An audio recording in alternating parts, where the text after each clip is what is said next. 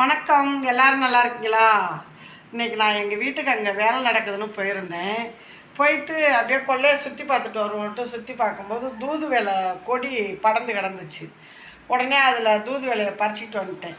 பறிச்சிட்டு வந்து இந்த வருங்க பறிச்சிட்டு வந்து நான் வச்சுட்டேன். சரி, உடனே ஒரு ஃபோன் ஒன்று வந்துச்சு. ஊருக்கு போகிற மாதிரி ஒரு சுச்சுவேஷன் ஆகிப்போச்சு.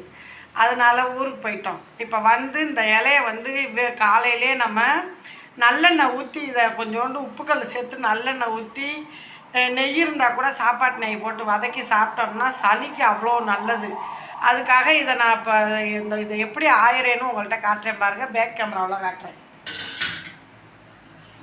இப்போ பாருங்கள், இந்த முள் மாதிரி இருக்கிறதெல்லாம் நம்ம எடுத்துடணும். எடுத்துட்டு நல்லா அலசிக்கிறோம். இந்த இலையை அலசிட்டு இதை எப்படி நான் வதக்குறேன்னு பாருங்கள். முடிஞ்ச அளவு நம்ம காலை டைமில் வெறும் வயிற்றில் இதை வதக்கி சாப்பிட்டோம் அப்படின்னா சளியெல்லாம் கரைச்சி விட்டுரும். இப்போ வந்து அது மாதிரி இதில் வந்து சட்னி செய்யலாம், ரொம்பவே நல்லது. இட்லி தோசைக்கு சட்னி செய்யலாம். தூதுவளை சப்பாத்தி கூட இப்போ போடுறாங்க. நான் வந்து இதை அப்படியே வதக்கி அப்படியே வெறுமனே சாப்பிட போகிறேன். நிறையா துவையெல்லாம் அரைச்சிருக்கேன்.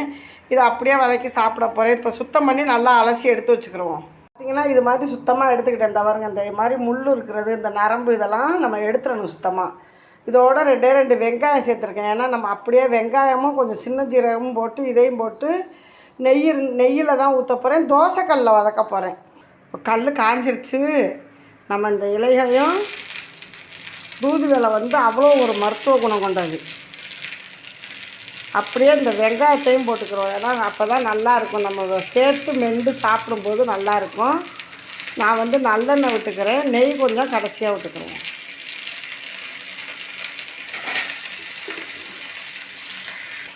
இப்போ நல்லா வெந்துக்கிட்டு இருக்கு. இதில் ஒரு சின்ன ஜீரகம் 2 சேர்த்துக்கிறோம்.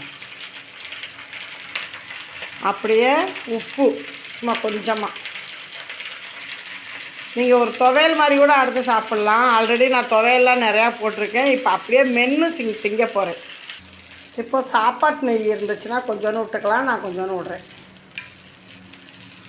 சரி, கொஞ்சம் வாசமாக இருக்கும். சின்ன குழந்தைங்க கொஞ்சம் விரும்பி சாப்பிடுவாங்க. அதுக்காக இப்போ தூதுவளை நல்லா வதங்கிருச்சு. நம்ம இந்த தட்டில் எடுத்து வச்சுக்கலாம். நான் அப்படியே ஆற வச்சு சாப்பிட போகிறேன். நீங்கள் வந்து அப்படியே ஒரு காரத்துக்கு ஒரு மிளகாத்தூள் போட்டு கூட ஒரு மிளகாயை போட்டு கூட அப்படியே சட்னி மாதிரியோ துவையல் மாதிரியோ அரைச்சி சுடுசாதத்தில் போட்டு பிரட்டி சாப்பிட்டிங்கன்னா ரொம்பவே டேஸ்ட்டாக இருக்கும். உடம்புக்கு ரொம்ப நல்லது, மருத்துவ குணம் கொண்டது. இப்போ நம்ம ஆற வச்சுக்கிறோம். அடுப்பை ஆஃப் பண்ணிவிட்டு நீங்களும் இது போல் தூதுவளை கிடச்சா விட்டுறாதீங்க. இது வந்து ஒரு இயற்கையாக விளையக்கூடியது தான். எந்த ஒரு மருந்தோ மாயமோ போட்டு விளைய வைக்கிறது இல்லை. சும்மா அந்த விதை விழுகிற இடத்துல அப்படியே கொடியாக முளைக்கும். சளிக்கும் ரொம்பவே நல்லது. அதனால் நீங்களும் இந்த தூதுவளை கீரை கிடச்சா விட்டுறாதீங்க. ஓகே ஃப்ரெண்ட்ஸ், இந்த வீடியோ பிடிச்சிருந்தா லைக் பண்ணி ஷேர் பண்ணுங்கள். பாய். லைக் பண்ணுங்கள்.